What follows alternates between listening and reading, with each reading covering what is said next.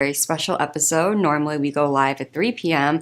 on Wednesday for our new episodes, our new interviews, and there's a really great reason why we are going live this late. It's a very special episode with a really special guest, and I can't wait to introduce you to him. But first, we got to do our little monologue.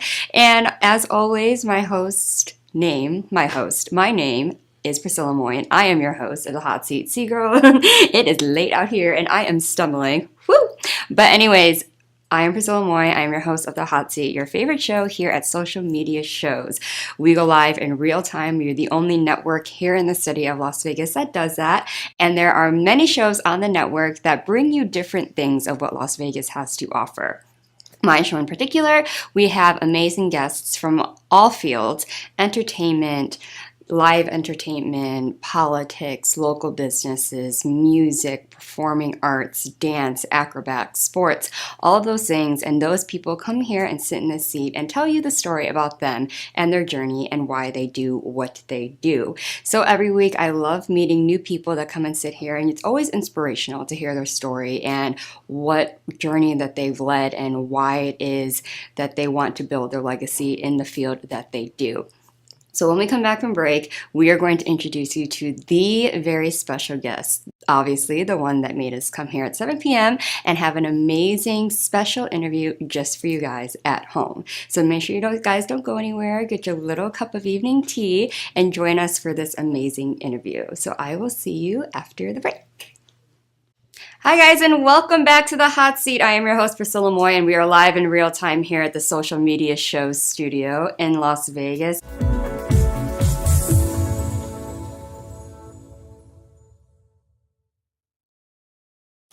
Ready to buy a home?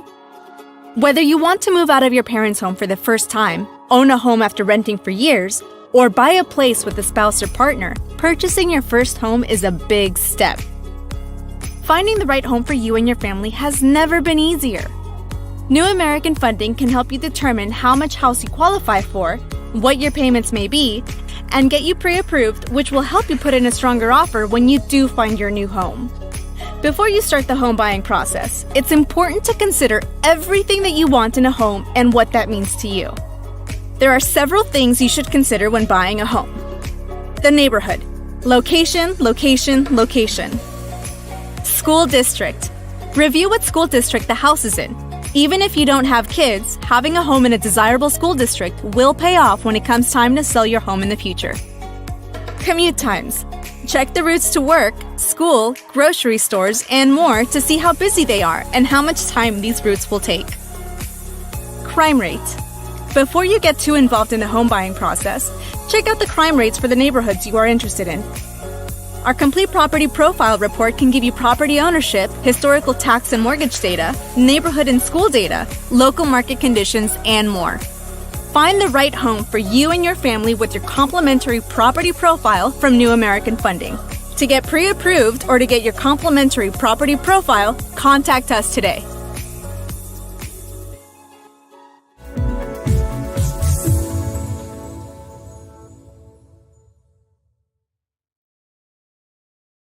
Now on digital and DVD. Hit it. Space Wars: Quest for the Deep Star is an epic sci-fi adventure. Do what needs to be done. An edge-of-your-seat wild ride. We have company. Tons of popcorn-munching fun. 5 stars. A love letter to the sci-fi films of the 70s and 80s. With plenty of action and fun for all. You need to see it. You really do. The captain just decided it's time to go. I am ready for a sequel. Experience a bold new adventure. Space Wars: Quest for the Deep Star. A good old-fashioned adventure. Now on digital and DVD. Traditional TV is going away. Hollywood is starting to fade. People are demanding real stories from real people. Our voices are now being heard in our own way. Podcasts, Facebook, Twitter, YouTube, and TikTok Live are becoming the norm. Internet TV has now reached the highest demand in human history. Social media shows is now the new media of the century.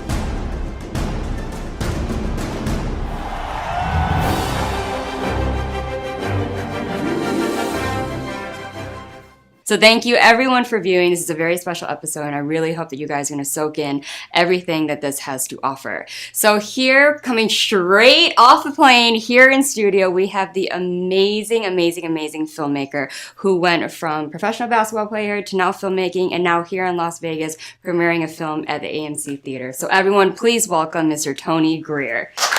Hello. Well, thank you. Yes, thank you so much. Hi, Priscilla. Take a seat. Hello. Welcome to the hot seat. I promise the seat's not that hot, but promises. Okay. But so thank you so much. You've just got in town. Yes. Haven't even checked in yet. You literally came right here to That's be right. with us and talk about everything about you. So thank you so much for that. It's truly an honor. So you have a very wide resume, a lot behind your belt, and so many interesting things that ties you to entertainment, to sports, and to Las Vegas. So you came here from Florida, right? Mm-hmm. Orlando, and you actually have your own production company, correct? But you actually started with sports.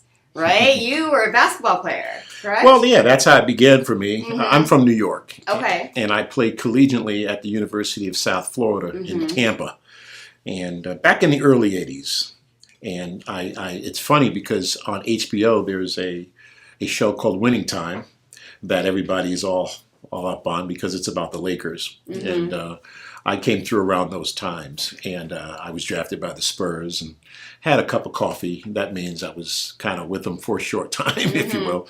But athletics was really big in my life, and that kind of led me to doing other things, and filmmaking's been one of them. Yes, because you actually were inspired by your brother, correct? He was in filmmaking, and you kind of were, following his footsteps, kind of getting interested in what that was about, right? It's in my family, Yeah. my brother and some others who have done some things in film. And what happens is you tend to, through sports, love the entertainment part of it. And that's how I got involved with it, because I like storytelling, and I think the fascination that comes from sitting back and really finding yourself involved in a story from start to finish is what really good filmmaking and storytelling is. And that's what really gets me excited about it. Yeah, I love that. I love always asking why you do it, but you're also a writer, correct? Yeah, I write a lot. I've written a book. A book is sports-based, but still the writing process does take time, and I kind of then transferred over to doing little short stints of plays and some other things and writing stuff just to write and tell stories. But really, the whole thing started with the fact that I took a sports film that was out. I made contact with the producers of Hoop Dreams, which was nominated for an Academy Award in the editing side. They didn't win, but the subjects of that film I befriended and got to know, and I did their post-screening tour nationwide, which got me really comfortable with the process of post-marketing in terms of filmmaking. By then, I had not really done any films or done anything myself. And then, of course, that led me to doing some other stuff. And, of course, here we are in Vegas with the premiere of a film that I produced that centered around Bobby Wilson, who is a fantastic entertainer here in Vegas. Right. And what's so interesting is, people are so used to coming here talking about their feature films, and I've had a lot of filmmakers, and they all stray away from documentaries. However, you right now, when you bring up Bobby Wilson, you're doing documentaries. And it's so interesting because everyone kind of is like, I don't know if it's a fear thing when they hear documentaries, they're like, you see them all go, I don't know about that. But you're like, no, it's telling a story, but it's getting in depths of an actual person and really hearing things from their point of view instead of you kind of fabricating like a biopic and adding little things, right? So what was it about not only the documentary, but Bobby Wilson that really drew you to doing The Last Teardrop? Well, there's two things that are important nowadays, and that is if you're anybody in any industry that is trying to become well-known and or have a resume that includes things that are of importance, having your own doc is important, your own documentary. So right now, it's kind of a cool thing. to say, did you see my doc here or there? And with streaming and all the different networks that are available, you're not going to have a problem finding a place to put it. So that's a good thing. But I think that the way you do a documentary, sometimes if you do reenactments and you really make it like it's a feature film, I treated The Last Teardrop like it's a feature film. We did reenactments, we did a lot of B-roll, we did this, that, and the other. We borrowed some stuff too because archives, but we really put together a film that I think if you sit there and watch it, you don't really think it's a documentary. It is, but it really tells a story, and it's done in a very cinematic way. And so what's interesting is, I looked a lot about Bobby Wilson's life, and I see how there's so much to say about him, right? How did you come in contact and really approach him and say, you know what, I really want to give your life like the type of attention that it deserves, right? Will you do this with me? Because I'm pretty sure also as the subject of the documentary, you're kind of just like, really?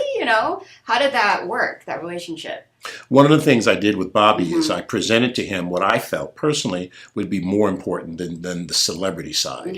His father, of course, Jackie Wilson, and the whole story and how he connected with that is important. But I think because he grew up in foster care, he didn't know who his biological parents were. He knew his mother, but he obviously was not raised by her, but he didn't know who his father was.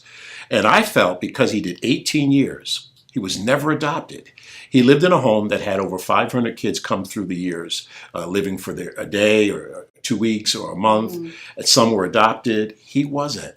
But he found music, and music saved his life. And then the really cool thing was that Bruno Mars, a very young Bruno Mars, and his father really discovered Bobby and convinced him to start doing tributes. And we know how that went. Of course, Bruno's career is doing real well now, and he has a residency here in Vegas. So they're friends. So it just became really cool to show Bobby that his story could mean a lot more to other people.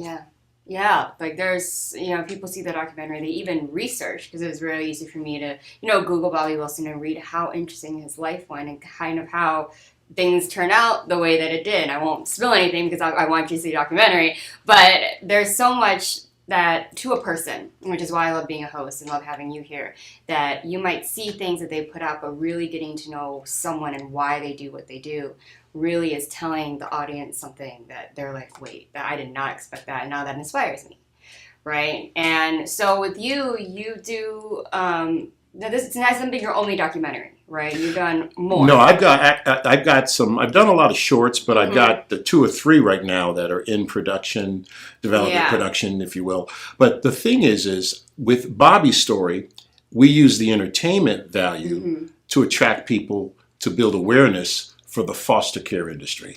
And sometimes you have to do that. You have to have double, triple layers of important facts and things that people are curious. Because people have actually gone to the theater and watched the film, and they were only interested in foster care. I mean, each screening we do, we have a foster care organization that we build awareness, and we have them co-host it with us. So, but then there are others who come out for Jackie Wilson. They want to know his story, how it ties into Bobby, and vice versa. So we understand that, and we go with all of it. But, as long as you have the viewers and you're telling the story and they stay captivated, because something that you did mention before in this interview was the storytelling aspect from beginning to end. So what people leave and what they take from it, if they leave with something, I feel like as a filmmaker, you're happy with that, right? If they leave with, So another thing I'm saying, so you've worked on shorts, you worked on all this stuff, but there's a lot of ties to you in music. Is that a coincidence, or do you aim more towards those types of entertainers? Very interesting. The music industry, as it relates to documentaries and any film really, is difficult because you have to navigate around the rights of the film, of the music, for the film. And sometimes that's difficult to do. But, music, our score, and how you tie it into the film itself is a fascinating match. I mean, one of the things I did when I was younger is I'd always go and watch a movie, and then I would listen to the score and see how it actually impacted the storytelling. Music really actually can tell a story along with what's going on screen. So to do something that's music-based, There's not a lot of performances of Jackie that we have other than archive stuff. Right. And of course, Bobby has his stuff. And so we tried to blend some of it in. But I think that's a fascination that most filmmakers have, is to blend the music into a story. And you can borrow other music and use it to tell what you're trying to share to the audience, because music is so powerful. Yeah, it really, like, you can tell when sometimes people forget, they just leave music out of it. You're like, yeah, that could have really changed the way that the dramatics kind of worked, and that's, you kind of added something, That's true. composition-wise too. So when you're writing and thinking of a new either feature or documentary, is there something that always inspires you? Is there a common theme that you lean towards more so than something else? Well, I've listened to a lot of people, filmmakers, tell their story. And everybody from Martin Scorsese to Spike Lee to anyone who is Ron Howard, they say that you have to feel it before you do it. You can have things in development and it never ever happens. And then eventually, once you feel something and you've met the subjects and you have a story that that helps humanity, that's when you go forward, and that's when you start to go live with production and pre-production ideas, and then you get it done. But you just really have to feel it. It has to be in your soul, in your spirit, and you want to help humanity. Yeah, it's something that's in you, and that's when you kind of go with that gut feeling that this is something that's leading me this way, more so than you being like, oh, like, I feel like writing something, and then you're more of like, you're going to feel it, and you start with your intuition. The magic of storytelling, just resonating with people in their spirit. And we've had screenings where people have gotten up and talked during the Q&A and the panel discussion about how important it is to see Bobby, who has gone through foster care, to highlight that it could work, that there's not a negative attachment to it. And let's face it, there are people who have been adopted and have been fostered, but they don't share that with their friends. I've gone to high school with people that I didn't know until now, because I realized they saw the film and said, did you know that I was a foster child? No. So now we have this national campaign. Look at what Sound of Freedom is doing for child trafficking and things of that nature. It resonates with people, and then they say, wow, that's pretty cool. And that's what I try to do. Yeah, you're bringing awareness to something that people might not know much about, or they turn the other eye. Is there something that you learned, like one big thing that really moved you and changed you while making this documentary in particular? Yeah, the music side of the filmmaking business is an uphill battle. And obviously others have gone through it. But one of the things that I like is that I have confidence in knowing that if you're genuine when you approach people about doing documentaries. I've gotten probably a half dozen phone calls from people, A-listers, some people who have stories, they're out there in the entertainment industry. Building the trust is one thing that I pride myself on. Because if you approach someone and you say you're going to do a documentary on them, and it turns out to be completely different than what they wanted, there's no connection through the process, you won't do many documentaries. And one of the things I pride myself on is that I've done everything that I said I was going to do with the subjects that I've talked to. It doesn't matter what level we are in, development up to post-production. You have to be true to the industry. And so that's what I like to think that I'm proud most of in terms of this business of filmmaking as it relates to documentaries. How would you say you build that trust with the person that you want to do their documentary about? Because obviously if for this were, let's just say you came to me and you said, Priscilla, I want to do a documentary on your life. For me, I would obviously, there's a lot of complexities to humans, whether they like to say that there is or not. Every person has some sort of complexity that's hard, they feel is hard for someone else to understand. So how do you bring that out of somebody? Let's say, you feel that there's more, that you want them to just let go and not be judged by even the slightest weird thought they have. Because you want to make sure the audience is viewing them the way that they're honest truth, right? So I feel that would be the hardest thing, is to really even just get the most genuine person out of the person, right? So how do you go about that, gaining someone's trust like that? Open-ended questions. Okay. Asking questions that require more than a yes or no answer. So if you ask a question and it's a general question that they've been asked before, they're going to give you the typical answer because that's the answer they're comfortable with. But then you have to ask why. What led you to that? You have to ask hard questions. You have to leave the microphone on during your breaks. Let them talk openly. Yeah, right. Then they start talking about things that they wouldn't talk about on camera, but then you start to build a storyline from that. So it's really just trying to get them to be real with themselves, but asking the hard questions too. Yeah. I mean, you just can't be nice. You really have to. And, you know, I always think about 60 Minutes, and when you see those segments, you know, they ask the hard questions, you know, and people are uncomfortable with it. Right. Sometimes they're prepped in advance, other times they're not. So you always have to have questions you've prepped them with, be courteous, let them know some of them, but don't let them know all. You kind of catches them off guard and they're just like, oh. But and ask them anything, something that's not related to what your project is. You know, we're sitting here now, and if I just said to you, did you watch football yesterday? You're probably going to think something and say something, like, but wait a minute, why are we talking about it? You weren't ready for that question. Right. You know? Right. So that's how it is. Yeah, it's getting people to be real. That's why I love documentaries, because you can go in with a camera and do anything with someone, follow them for their day, and just capture how they interact with people and what goes on, and then interview other people and get B-roll to go with that, to complement that, and tie it all together. But it's a mystery, and there's no script writing with documentaries. You don't prepare anything. I mean, you have a blueprint of what you want to do and accomplish. But when you roll, and whatever you get, that then allows you to move forward to the next part of your documentary production, because now you have something. I can't believe that. Did you hear that? Now you're interviewing other people based on some things you heard that you didn't know about. How long did it take you to complete this documentary? 2.5 years. Okay. Yeah, we started right COVID, 2020. Yeah. And one of the benefits was there were some people that were kind of not working and we're looking for some work, so we're able to put together some crew independent of our own people in different parts of the country. I mean, we traveled all over. We went to Bobby's hometown in South Carolina.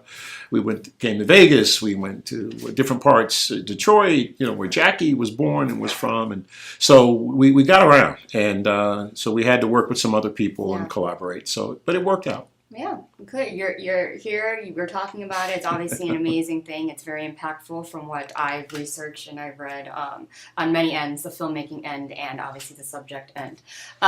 You mentioned you do have Q&As after, which is great. I love that. Is there one thing in particular an audience member has said that has stuck with you that really makes you feel like you accomplished what you wanted to accomplish with this? We had New York and we had LA. And we had people in the audience ask Bobby specific questions. He answered them all and did very well. But one question was, do you forgive your mother? Now that's a deep question. Yeah. It's very sensitive with Bobby because he had a bumpy relationship later on in life prior to her passing away. But she gave him up at 6 months. And why? He understands. But he did forgive her.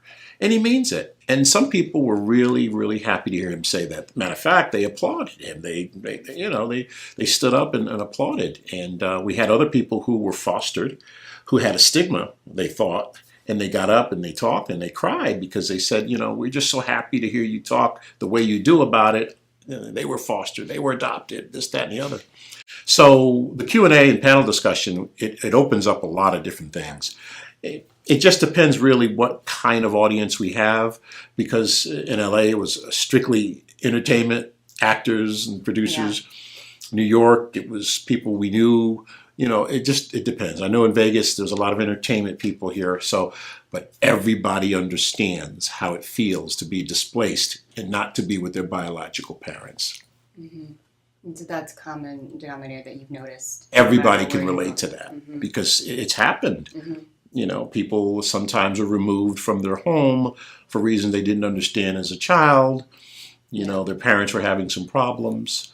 And in Bobby's case, his mother was very young, and so it was difficult for her. And so Bobby wound up in foster care, and he stayed 18 years. And the guy was never adopted. And Bobby's one of the greatest guys I know.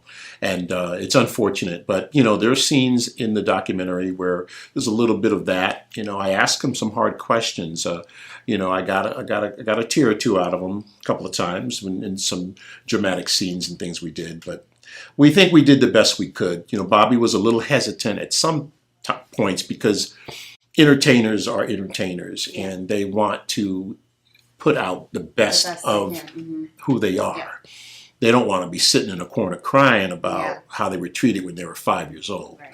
But we didn't get that far with him, but we came close. We did the best we could because we felt that's what people really needed to see. Yeah, and however far you did get him, it obviously the audience understood, right? And I think, you know, with a lot of people, and I tell this to a lot of others asking about hosting, I mean, meeting people in that way is, I know people want to be heard, they want to be understood, right? So if you can be that person in someone else's life, which I feel you were to Bobby, he can kind of feel relief thinking that, okay, someone gets it. Even if you didn't lead the same life as Bobby did.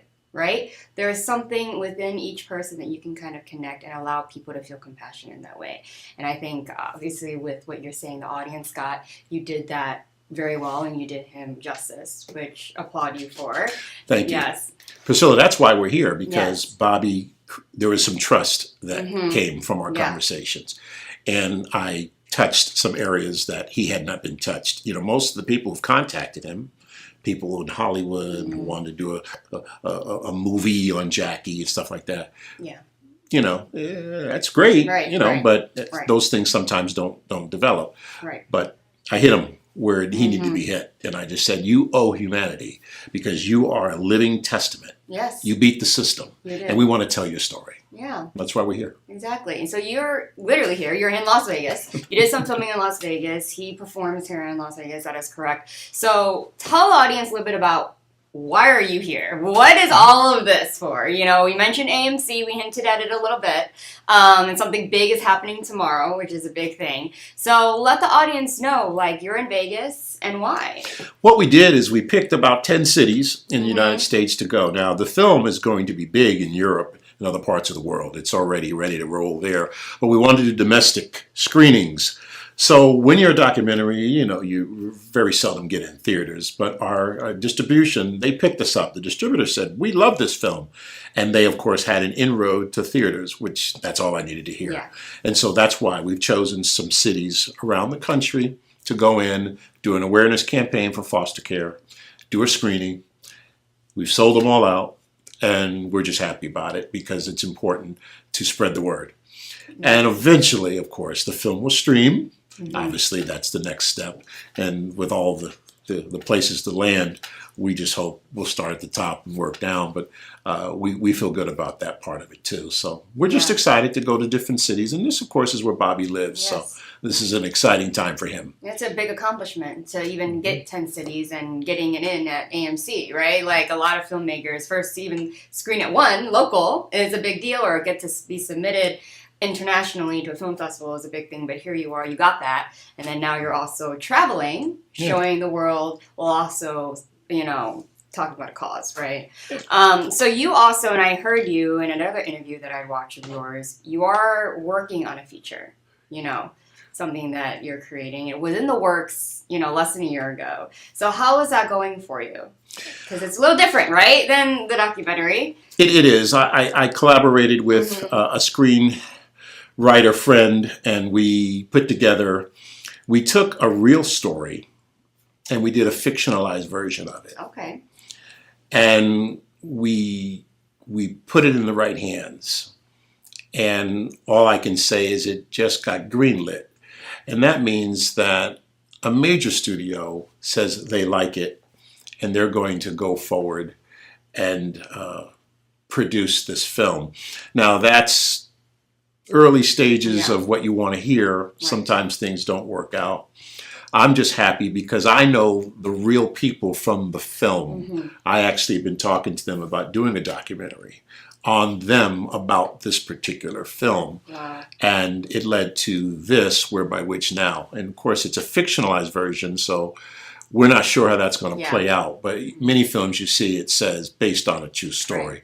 So you can kind of get away with some things. Yeah. Change the names. That's a big, accomplishment for you. So congratulations. Thank you. With that. But you lose control, too. Yeah, you do. Yeah. So Oh, that's it's no one longer thing my baby. A lot of yeah. filmmakers are like, oh, I don't know, like, but at the same time, to even get that recognition and be like noticed, okay, then we got something here, right? Yeah. As an artist. You filmed a little bit for the documentary here in Las Vegas. You're here in Las Vegas, you're screening, you have some ties. How do you feel with the filmmaking in Las Vegas? Do you ever see it as the next Hollywood that people are viewing as someone who doesn't live here? And do you think that you could ever come back and film something here again? Absolutely. Vegas, you can't go wrong because you can always use it as a backdrop for any story you're telling. Yeah. So that's why Vegas is so important. Vegas is Nevada is a wonderful place. I mean, there's so much development that still has not been done in terms of residential properties, if you will. Things can spread out more. But the Vegas Strip and the tradition of Vegas is alive and well.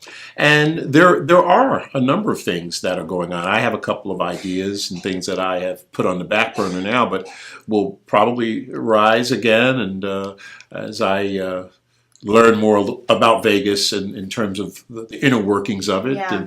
And who knows? I'm sure I'll be back and doing some B-roll for sure. But there may be some subjects and some central figures here. Actually, there is one, but I can't speak on him. He's a really, really famous guy. Okay. But we've had some conversations, several. So yeah, who knows? Yeah, but that's great because I'm going to say, you're making ties here at social media shows. Don't forget us. Even though you're all the way across the country in Florida. But, your company is AQuest, right? I get that right. AQuest Films. Okay. AQuest Productions, and we have a division in films, which, I'm a businessman. Let's just say that I never went to film school. I didn't learn the traditional things you need to know. I made some mistakes earlier on.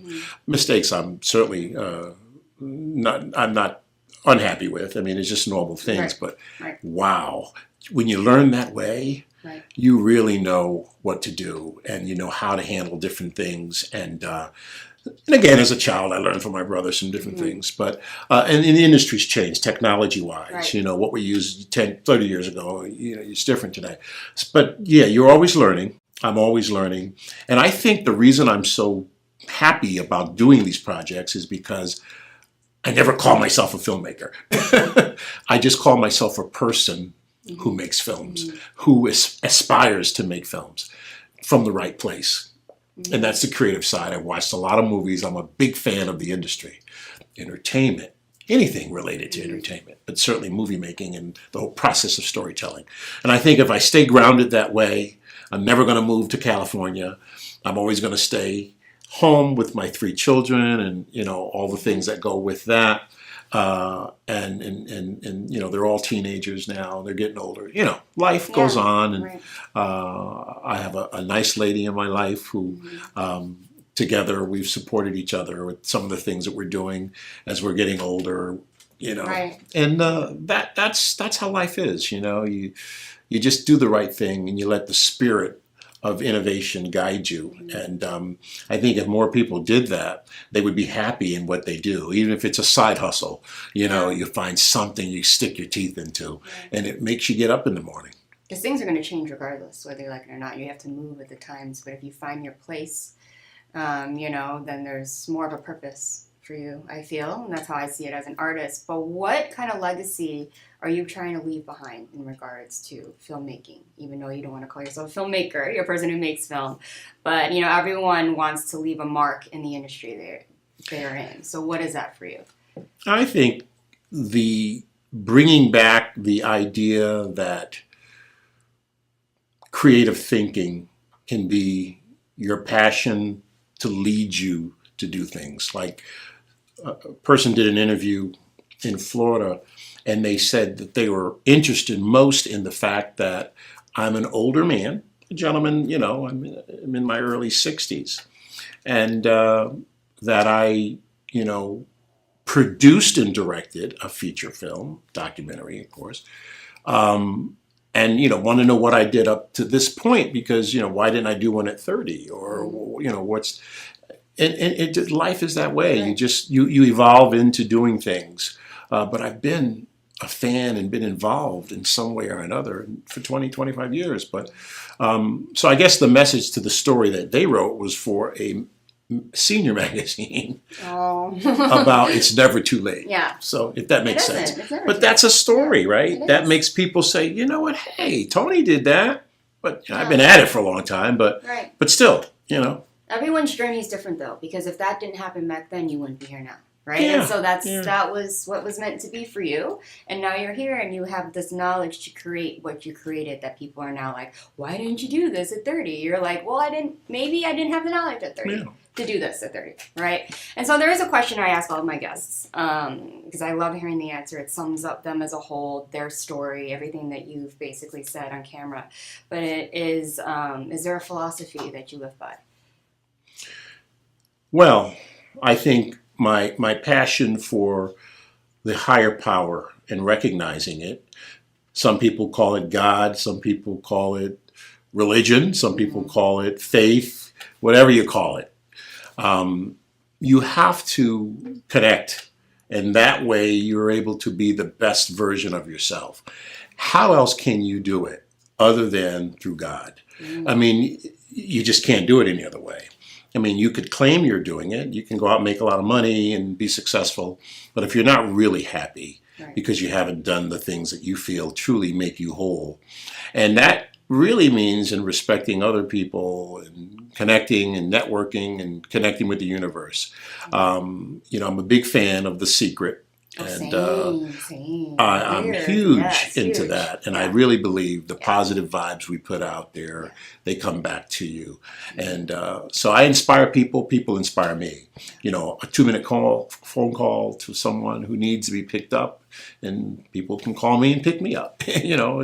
We do that for one another. It's connecting with humanity. And if we did that, we'd probably have a better world. Oh, 100%.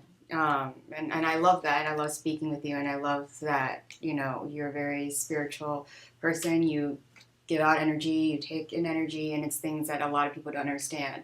It's intuition that a lot of people don't understand. It's connecting with humans that a lot of people don't understand. I think that's what's making you a great filmmaker or man who makes films, I don't want to call it that, or gaining others' trust in order to tell their story the way that, in a respectful way that they would like to be done. So congratulations to you on everything. We love having you here in Las Vegas. Please tell the audience where they can connect with you. I don't know, social media, if you personally are on it or just your business, what that's about. Well, Priscilla, to you and to others, Maria, your executive producer, I am a filmmaker, so that is true. Right, because you're like, I don't like to be called that, but okay. But I just say what I say to you because I just want to stay where I am because I think I can do the best work. I don't want to disrespect you, though, so I want to make sure I title you and no offense, it was not taken that way, but I want you to feel comfortable because I am a filmmaker too. Yes. And thank you, and I wear that label proudly, and I am happy. Our film is a film that can be seen in AMC theaters now. I recommend you go to AQuestFilms.com. And you can also go to social media, Facebook. We have The Last Teardrop, which is a page dedicated to the film, The Last Teardrop. Just find it in the search engine, and you can pull it up, and you'll see some things there as well. There's several trailers there, and we try to update it as much as we can. But AQuest Films is how you reach me, and my email address is aquestfilms@gmail.com. Certainly write me and just say hello. And we'd love to have you join in and be a part of our family. And we just want to be a part of this wonderful industry. So happy to be in Vegas. Wonderful place. And we're just happy to be here. And I'm glad you invited me. Yeah, thank you for taking your time out. You don't have much time, so that's why I'm glad that you came here. I'm just honored that I get to interview you. You're having me interview you. So it's fantastic, and I'm truly honored to have such an insightful person here with me today, inspiring me as I'm sitting here. So thank you so much. You're welcome. The inspiration is mutual. Oh, thank you. Stop making me blush when I turn as pink as my clothes and my outfit. Stop. Anyway, Tony Grier, everyone. Round of applause. make sure to go view the website, learn about the Last Teardrop, make sure to look into it. It's definitely something that I think will inspire everyone, no matter if you know anything about Bobby Wilson, Jackie Wilson. I think it's something that really needs to be seen, not just for its amazing filmmaking qualities, but the story and the messages that are being told throughout that. So make sure to look and support. Please support. And when we come back, I'm never done speaking because that's all I do is just talk all day. And bless your screen. But so make sure to not go anywhere. But Tony Grier, one last round of applause, guys. Thank you so much for being here. And we will see you after the break. His story is unbelievable. I wouldn't want to change a thing. It's just the way life unfolded. Bobby is an entertainer and a tribute artist. Do you like Jackie Wilson? I'm doing a tribute to Jackie. I kind of figured that. Jackie Wilson, one of rock and roll's first big names. Met Bobby, I thought, that's Jackie Wilson, and came back, When I see him on stage, you get the chills. My path was paying tribute to his music for the last 25 years. He's a clone of Jackie. It makes me feel like I'm next to my father. It's like I'm in the room with him, the way he moves, the way he talks. There has to be a connection there somewhere. They knocked on my dressing room and said, hey, it's a guy that wants to see you. My whole world is about to change.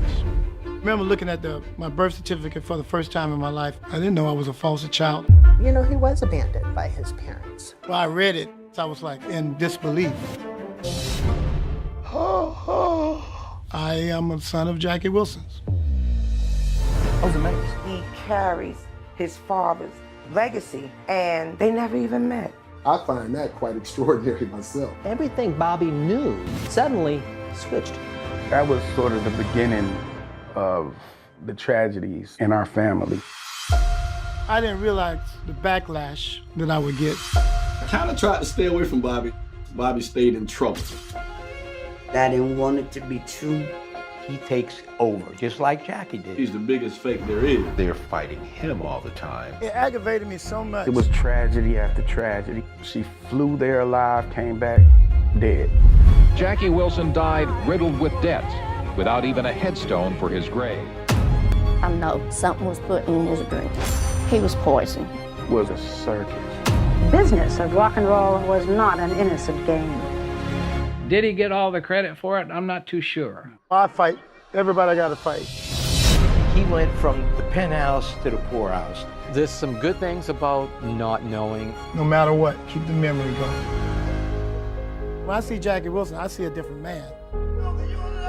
I don't see me. I know who I am.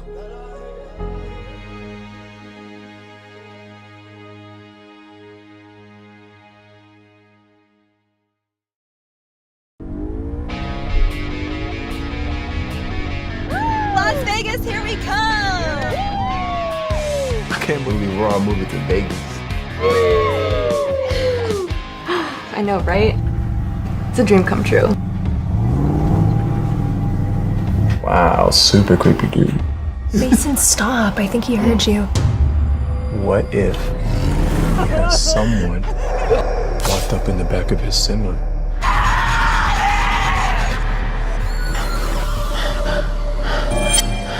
She's gone. Someone took her. Who's that creepy trucker?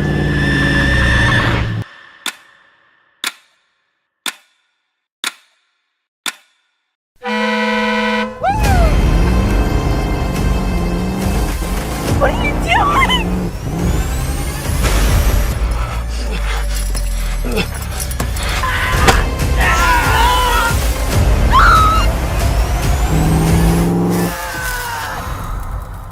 They call me Mother Trucker.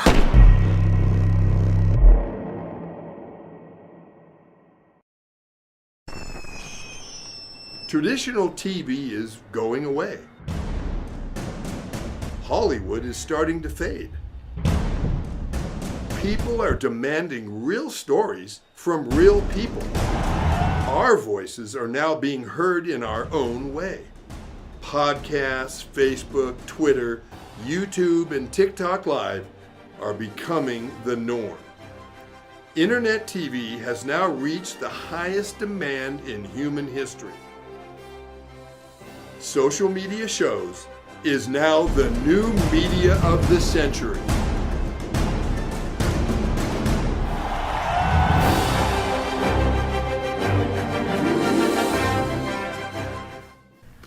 I'm Deacon T with Modern Word Ministries. It's great to be with you today.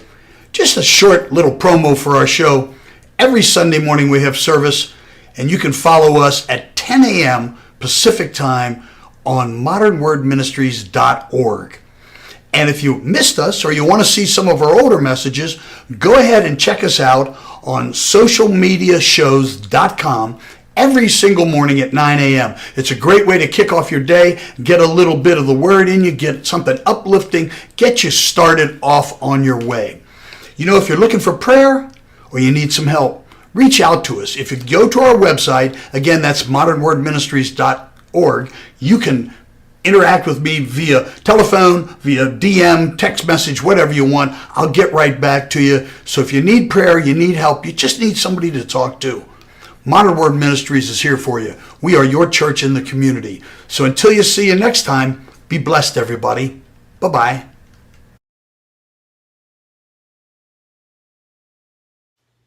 Hi guys, and welcome back to the Hot Seat. I am your host, Priscilla Moy, and you are watching a very special interview and episode of the best show on social media shows. Nepotism aside, but obviously, we always have an amazing guest who inspires you. I know I tell you guys this every single time after the episode that, oh my God, I'm so inspired all the time. But really, Tony is an absolutely amazing person. The energy that everyone's feeling in this room, sitting next to him, I kind of like started to sweat. I was like, oh my God, I'm so nervous. I didn't expect him to like be that insightful. But it's something that I love, is just learning from fellow people in entertainment and film and just looking at it from a different lens and living a different life than all of us do, and taking that, because I feel as artists we just learn from each other, right? Even if there's nothing that, you know, we would have in common that you would think, sometimes there's always that one thing that connects you, and it just kind of elevates you and makes you realize why you do what you do and why you're here. So, you know, for me, it's just something that when I meet another artist, if I can connect with them in a way that others might not, it makes me know that this is the right place that I want to be. And I really hope that I connect with more people like that. So I hope everyone knows who Tony Grier is.